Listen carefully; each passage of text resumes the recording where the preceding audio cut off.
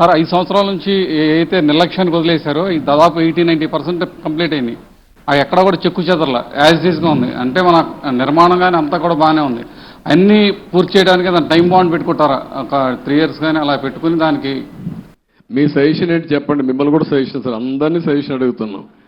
దాన్ని మీరు ఇచ్చే మంచి సూచనలు తీసుకొని ఆర్డర్ ఆఫ్ ప్రియారిటీ పెట్టి we will prepare action plan. Galla పెట్టి ఖాళీ అయిపోయింది, ట్రెజరీలో ఏమి లేదు, డబ్బులు లేదు, అప్పులు విపరీతంగా చేసేశారు. ఇవన్నీ వీలో పెట్టుకొని ఏం చేయాలో స్టెప్ బై స్టెప్ వర్కౌట్ చేస్తాం. Mic media Sir, what is going to be fate of Rushikonda Beach Palace? What's going to be? Will it be quoted as a monument of corruption? That's what rumors. What is your suggestion? You give me idea. Sir, you are the CM, sir. I am the CM. You are the citizen of. నువ్వు ఒక media responsibility ఉంది నీకు కూడా. నన్ను అడగడమే కాదు, నిన్ను కూడా చెప్పమంటున్నా. ఏం చేస్తే ఇలాంటి వాళ్ళని శాశ్వతంగా సమాజం నుంచి వెలేస్తామో అలాంటివి ఆలోచించాలి. మీరు ఒకటి ఆలోచించండి, ఇక్కడ డబ్బులు లేవు. 500 కోట్ల రూపాయలతో ఋషికొండ కొండను కొట్టేసి ఋషికొండ అంటే ఏంటి?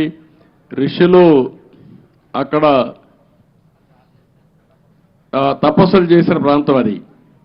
అలాంటి కొండని ఎప్పటి నుంచి కూడా మనం చూసి ఇప్పుడైతే ఆధునికమైన పనిముట్లు ఇవన్నీ వచ్చాయి, కానీ ఒకప్పుడు విశాఖపట్నానికి వచ్చామంటే ఈ ఓడలు కానీ ఇవన్నీ ఋషికొండను చూసి గుర్తుపట్టి విశాఖపట్నం వచ్చామనే పరిస్థితి ఉండేది.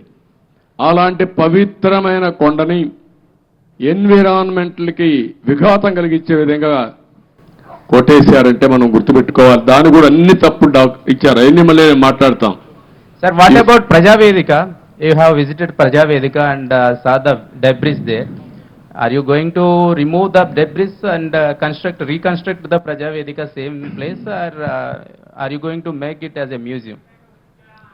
ఏం చేయాలి నువ్వు చెప్పు. నువ్వు నిన్ను అడిగితే మీరంతా ఏంటంటే నన్ను క్వశ్చన్స్ అడుగుతున్నారు, నేను మిమ్మల్ని క్వశ్చన్స్ అడుగుతున్నా. ఇప్పుడు మీరు ఆన్సర్ చేయండి. నాకు ఏం చేస్తే బాగుంటుంది. ఇప్పుడు మా మిత్రుడు ఇచ్చాడు శ్రీనివాస్ ఒక మాట.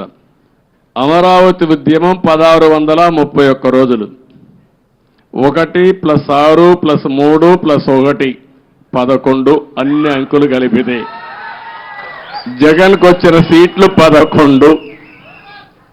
అంటే 2 సరిపోయినాయి. ఇదే దేవుడు రాసిన స్క్రిప్టు, ఇది దేవుడి స్క్రిప్టు. అక్కడికి చాలలేదు.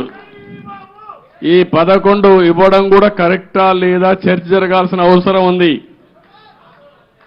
అందుకే నేను మిమ్మల్ని అందరినీ కోరుతున్నా. కొన్ని దిక్కల మాకు కూడా కొంతమంది ఇబ్బందులు వచ్చాయి.